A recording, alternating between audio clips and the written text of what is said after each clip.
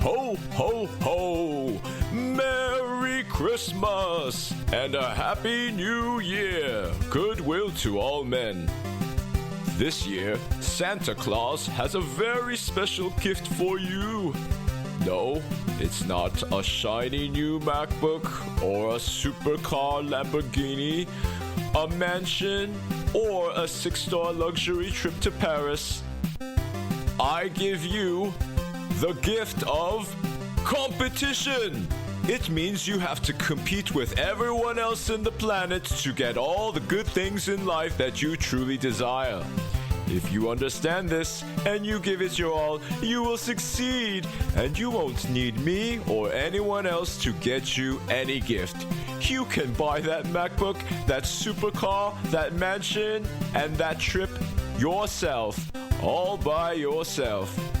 But here's the catch. Now that the cat's out of the bag, yes, my big red sack, and Pandora's box is open, there will no longer be nice and naughty lists going forward. There are just winners and losers. Compete and become a winner. But what if you're a loser? You don't want to face the harsh reality of life and take the necessary actions to become the best version of yourself? Get fucked! Ho, ho, ho! Merry Christmas! Ah, children, do you know what time it is? It's mime time.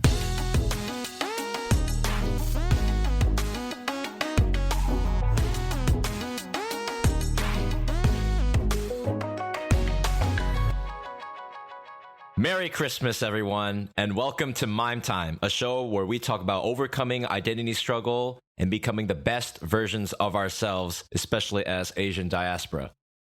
I'm a Korean American living in Seoul, spreading the good news, and the good news is that you have unlimited potential to live the best life possible, even if you think you're a huge fuck up like I did. Thank you so much for tuning in. Let's get right into today's Christmas-themed episode, Ho Ho Ho.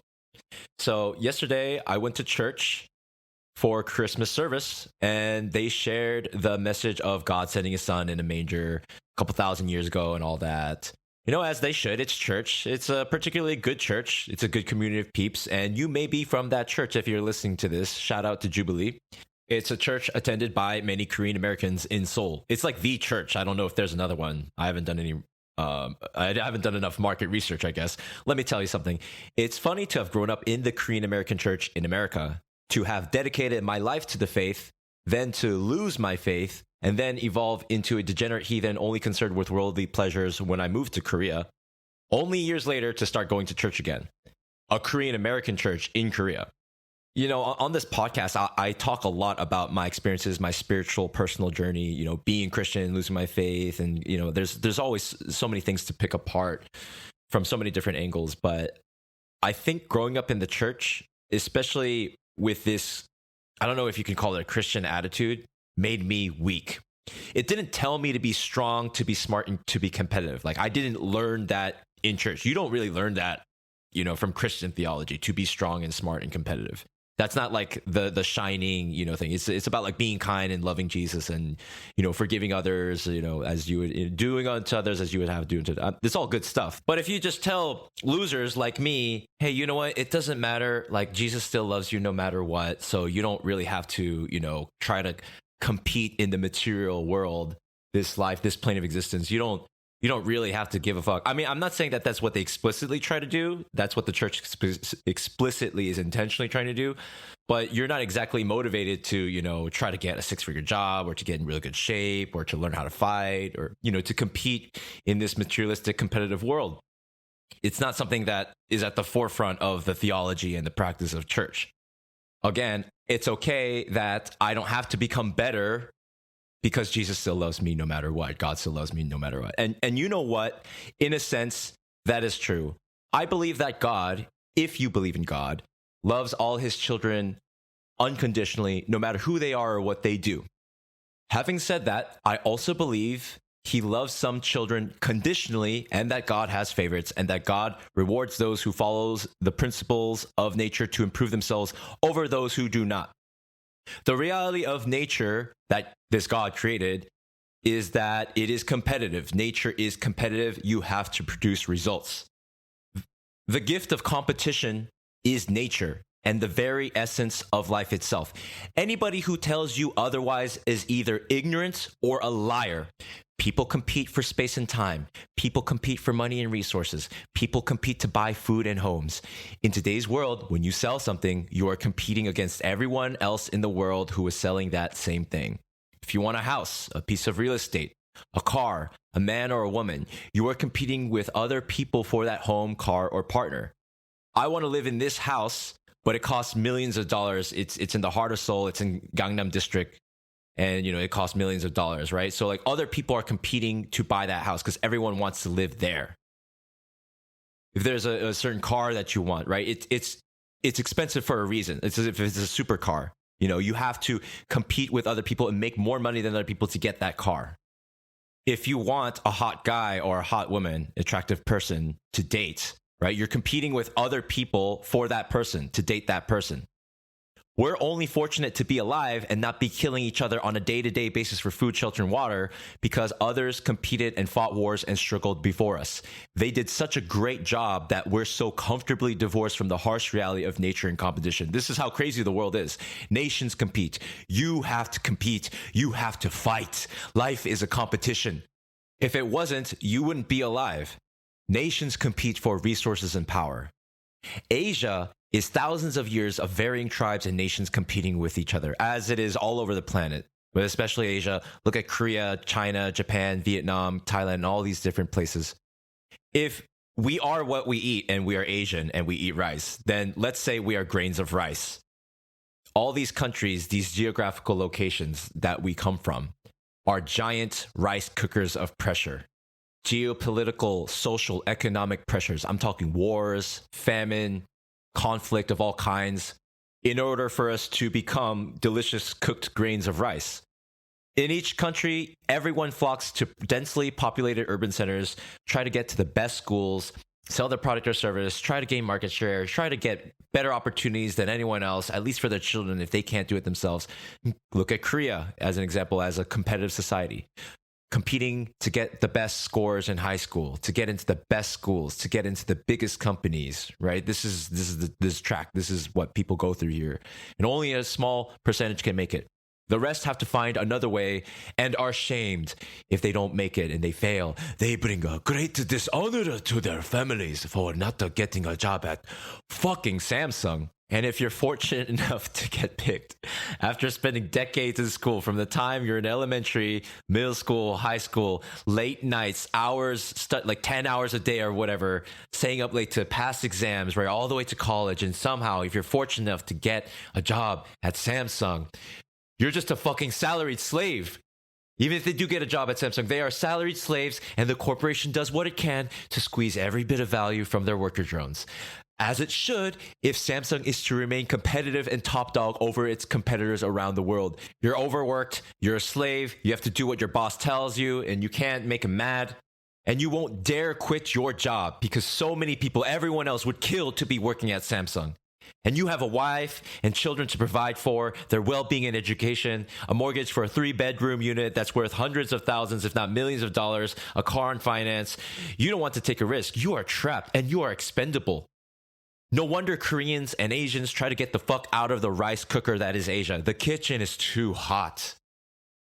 Better go to perhaps Europe, Australia, or Canada, or America, somewhere in the West where the white man has established lands of opportunity with higher standards of living. That's why Asians outcompete most of the locals in the countries they immigrate into, working long, hard hours, day in and day out, being smart, focused on education, sacrificing everything like my family did. Our families, us Asian diaspora worldwide, were grains of rice that were fortunate enough to escape the intense pressure of the rice cooker that was Korea or Japan or China. But we still kept that heat. We still keep that han. It's deeply ingrained into our bones, our sinews and fibers, our psyche and soul. We have this immense power. We have to channel all that pain and struggle, all faculties of intelligence and creativity, strength and values to evolve into something greater than our ancestors could have ever imagined. This is nature. Going back to growing up in the Korean American church and the formation of my early character, I was born the third of three sons. When I was a baby, our family escaped Korea to America to escape the intense rice cooker that Korea was in the 90s. I grew up a weak little bitch. Other kids picked on me. I would whine and bitch. Oh, it's unfair. Life is unfair. I blame God for everything. Why are we the only Asians? Why am I the only Korean kid? Right? Why can't I speak my mother tongue? Like I didn't understand. Life just seemed really unfair. And you don't really know how to process the world. Like I didn't understand what my parents were going through, the sacrifices that they were doing. And I lived in the shadow of my brothers who were much older than me, right? They were like a decade older than me. So I thought like I was really, really weak and I was really, baby. Like I was kind of sheltered from like the harsh realities of life. And, I thought I was defective. I was short and fat. I thought I was ugly. My whole life, I believed I was nothing, that I was weak and unworthy. I thought of myself as a loser, a short, fat kid with acne, thick glasses, bowl cut, no sense of fashion, just staying home, masturbating, eating food, getting fat, playing video games all day. Like, had you known me more than 10 years ago, you would have thought the exact same about me. Like, oh, Mom, he's a nice guy, but he's a loser. He's never going to get laid, right? He's not going to get job opportunities. He's not going to like, at that point, this guy's, He'll never become successful. He'll never, like figure it out. But I wish someone had told me in my childhood, the sooner I accept the reality of competition in nature, the sooner that I can train my body and mind to become powerful in all ways, the greater a life I can live and thus the more positive impact I can make on the world. Because deep inside, I have what it takes. I've had it all along. I just didn't know. Nobody told me. Now I know I have inner fire, discipline, conviction. I know 99% of people are weak and lazy. I'm going to eat their hearts out. I work harder, smarter, and faster than anyone else I know. Two people of equal genetics, body type, etc., are to compete with each other in a contest of sport. So let's say it's one-on-one basketball or tennis or sword fighting, and let's say the loser dies. They both have a month to train before they compete. One person trains a couple hours a day, then plays Xbox and, hangs out with his friends. And the other one doesn't do anything but trains 8 hours a day. Who are you going to bet is going to win? Sure, there's some luck. Maybe the guy who trained less can get lucky and still win. But it's poor risk management to not train. You compete with someone at a sport. Again, football, basketball, tennis, sword fighting, whatever. How many hours are you training a day? How badly do you want it? You have to want it badly more than the other team. If you want it badly enough, more than them, you will naturally do whatever it takes to get that desired result and win. You work an 8-hour job and then you're too tired to work out or work on your side hustle. No, I work my day job, then I go home and work until it's 4 to 5 a.m., sleep a few hours before getting to my day job again the next day. When I'm awake, I'm working. There's no other way to succeed than this, to compete than this. I'm already 30 years old. Had I understood the gravity of the world situation and this matrix we live in, I would have focused on taking actions towards hustling and making as much money as possible as soon as possible from the age of 20. I would have focused on being fit and as strong as possible from the age of 20. Everything else would have been much easier and better. Everyone wants freedom. Everyone wants to break free of the rat race. Everyone wants to have millions of dollars, a great body and physique, beautiful romantic interests. But how badly do you want it? I want it badly because I know what's at stake. Freedom. I don't want to go to sleep because I'm not fucking rich yet. I'm not playing around. I don't have time to waste anymore. Nowadays, when I walk onto the bus or subway, I compare myself to others, especially the other men. I mean, Korean people do this too. We all do this. We all judge each other as soon as someone walks into the room. I think, if I had to kill this person in physical combat, could I do it? If we had to fight, would I win? 99% of people don't actually know how to fight. I'm only a white belt in karate, but I'm learning how to punch and kick, and I'm learning how to punch and kick harder and faster. I feel confident that I could really fuck someone up if I land a proper punch or kick, and especially if my life really depended on it. I can feel that now in my body and in my mind. And you know what? I think I'm the fucking man.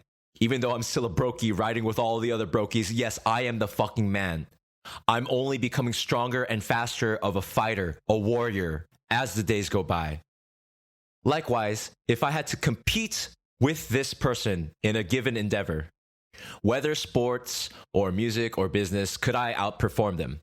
If they run a coffee shop and I had to run a coffee shop right next door, could I provide better product and service so that people would pick my cafe over theirs?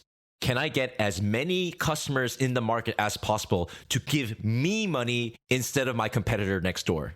I would not sleep until I knew how to put them out of business. So I walk into a room and think, I am the fucking man. There's nothing I can't do if I put my mind to it. Nobody here knows what I've been through. Nobody cares. I mean, why should they? Nobody cares about me as much as I have to in order for me to realize my highest ambitions and live the dream life I want to live. Nobody can beat me because I am the best. Nobody knows the struggles I've gone through to be who I am today, nor what I continue to struggle through. The black hole of misery and depression that I escaped from, how I transformed dark matter into exploding sun. I'm a fucking diamond, grinding it out each day and shining brighter and more intensely with each given day. I'm a rocket ship flying to the moon, and I will not stop until I get what I want. You can put your head in the sand and be like most Christians and most people. You can just masturbate all day and night for years on end about how Jesus loves you and how everything's going to be okay because we're all going to go to heaven, and when we die, Jesus loves us forever, so whatever. Like a fucking pathetic pussy-ass bitch, and remain a slave in mediocrity without having realized your full genetic potential. Doesn't matter if I don't improve my life because we're all going to die anyway and God has it all figured out anyway, right? Yes, perhaps there is a God and God loves you, but he also gave you eyes and arms and legs and a mind that is capable of constructing metropolises, painting beautiful art, blowing up mountains, and developing a multi-million-dollar business. I can do it 100%. I can figure out how to become rich, and I'm not going to stop until I do. I'm going to become a strong, powerful fighter with a beautiful, sexy body, and I'm not going to stop until I do. There are all sorts of objections to the journey of becoming rich, things that I have subconsciously told myself that I will now obliterate from my mind forever. People say, money is the root of all evil. Terrible things are done in the name of money. Wars are fought over money. And yes, it's true. And that's all you see in the news and in the culture and the sentiment within societies like America and Korea. Oh, it's because the big corporations have all the money and are in bed with the government. They're all powerful and they have all the connections and they're all corrupt. You don't become rich unless you do something corrupt. Life is unfair. Rich people have it all easy, so I'm going to judge them from a ground of higher moral superiority. Oh, they're rich and they probably got it all through ill-gotten gains. But at least I'm just an honest, hard worker, not ripping people off or something like that. You know what? That's exactly what rich, powerful people, the people at the top, would want you to think, so that you never even aspire to become rich. That means they stay rich and you stay poor. So what? I'm not going to try and get rich because I have a conception that rich people are unfair or scammers or corrupt. I'm the nicest guy I know. I have the deepest love and respect for all humanity and all creation. I feel the pains of the people, the struggles and pains of Korea and America, the suffering of the entire world, very deeply. I know what it's like to be bullied. I know what it's like to feel lonely and nobody gives a shit about you. I get angry and indignant when I feel someone is unjustly slighted. I can be a nice guy with goodwill to all men. But what happens when a gang of men come to want to hurt my woman or my family? Am I going to protect her? Do I have what it takes? Will I be willing and able? What does all my goodwill and character and philosophy about the world and life matter when I can't even defend or take care of myself, let alone my woman or my family or my tribe? I need power, and money is power. That is precisely why I must become rich and strong mentally and physically. What, are you going to let just the sociopaths to get rich and run the world? Have you thought about that? So if only materialistic, superficial people who exploit others are becoming rich, you're never going to try to really be rich? You're not going to explore every single possible aspect of business and wealth creation, understand the nature of money, why and how it works? Good people need to become rich to balance out the so-called exploitative, corrupt, immoral rich people, if that's what they are. Here's another limiting thought. Others say, money can't buy you happiness. Who says that? Who are those people? Are they rich? That might as well be a psyop. You know who wants you to believe that money is all the root of all evil and that money can't buy you happiness? It's probably rich people with power. Because if there are all these people, all these peasants who grew up with these ideas, right, ingrained into their minds that, oh, like money can't buy you happiness and money's the root of all evil, then that means there's less people in the world to compete with them. And here's another one. I don't want to obsess with money because then I'll be a superficial, materialistic, blah, blah, blah miser. And I don't want money to change who I am. I understand those sentiments, but those are lies. It's a psyop. Yes, of course, the journey to become rich is going to change you because you have to become a different person in order to get different results.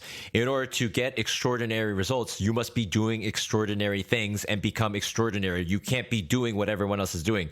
And money is just an amplification of who I am. Again, it's just a fucking psyop. People who became great, corrupt or greedy or fucked their lives up because they won the lottery or became superficial and fake. You know what? They were already shitty people with less than noble characters to begin with. The money just revealed that. Money is just a tool. It's a form of power. Just like technology. That's what technology does. Technology is a tool and it's a form of power.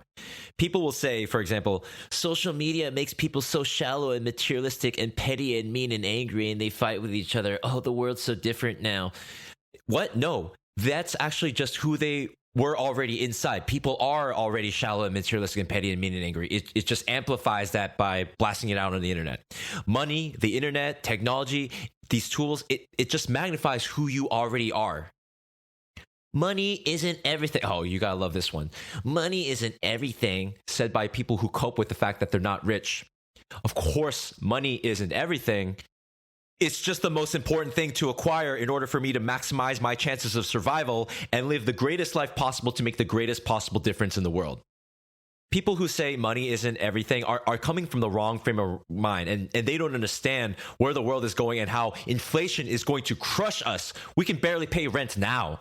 Okay, what do you think is going to happen in 10 years? Where can we live? Where can we afford to live with like a 2% pay raise when inflation is just going to sweep us all away? So right now, I'm not rich. I'm at the point where I don't want to sleep until I'm rich. Yes, things take time. Some things can't be rushed. But everything that is within my control, I must maximize and work with speed. I've wasted too much time. There's no turning back. I'm on this rocket to the moon. And in order to go past the stratosphere, I must keep going. I must continue building this forward momentum and nothing will stop me. Everything's at stake. This is the greatest battle of my life. The fight against myself, against my laziness, against my limitations. To win, to become a fighter, to become an entrepreneur, to become rich as fast as possible, so that I can not only live the life I dream of, but also help others realize their dreams too. It's cheesier than a pizza, but it's true. This episode's about competition. I'm competing in a competition. There's a Kyokushin karate tournament this March. I must compete. I'm going to condition myself. I'm going to win a trophy this March. Compete. Put yourself to the test in anything. If you fail, but you genuinely gave it your best, there's still honor. If you win, even better. There's no choice but to compete. Life is a game. You're already playing. If you choose not to play and go AFK, guess what? You'll get played. Don't waste your fucking time like I did, especially if in your 20s or even in your teens. Build something now. If you believe you are totally incompetent and worthless, then this message is for you. You can change your mind and do a complete 180 as I have. And I believe you can do it faster than I did because you have me to tell you that it's possible. I'm 30 years old right now. And if I had the ability to talk to 20-year-old mime or 15-year-old mime, I would shake them by the shoulders and just tell them everything that I know now and just drill it into their heads and say, hey, you got to hustle. You got to hustle. Every single day when you're awake, you're working. Do it. Build. Speed. Don't waste your fucking time. I thought I was doomed to a life of incompetence and worthlessness and failure. But now I see I am becoming something greater than I could have ever imagined. If the latent power of the sleeping dragon is within me and awakening, then you can find that dragon, that Bengal tiger, deep inside yourself as well. It must be within you. Something must be within you in order for your ancestors to have survived long enough that their bloodline led to your existence. What did they struggle for? What did they survive famine, wars, and conquests, and saber-toothed tigers, and all this shit for?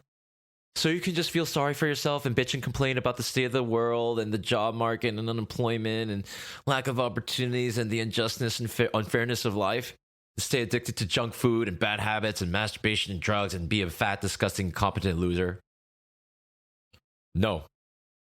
This Christmas, the greatest gift that I have received is the message of competition. That is the good news, that life is a competition. It is hard, but we have the ability to compete.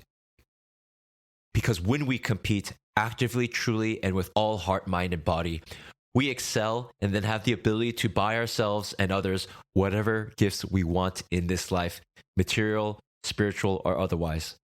And the gift of competition precedes an even greater gift, the gift of freedom. Because competition is the truth, and the truth will set you free. Thank you so much for listening to today's episode of Mime Time. It really means a lot to me. If you enjoyed this episode, please share it with a friend who you think needs to hear this message. Don't be afraid of competition. Don't be afraid to compete. Be grateful that you have the opportunity to even compete, and believe in yourself that you can succeed and never, ever, ever give up. I'd love to hear your feedback, so please email me at mime@mimetime.com or DM me at mimetime on Insta. Merry fucking Christmas and have a happy new year. I'll talk to you next time. Mime Time.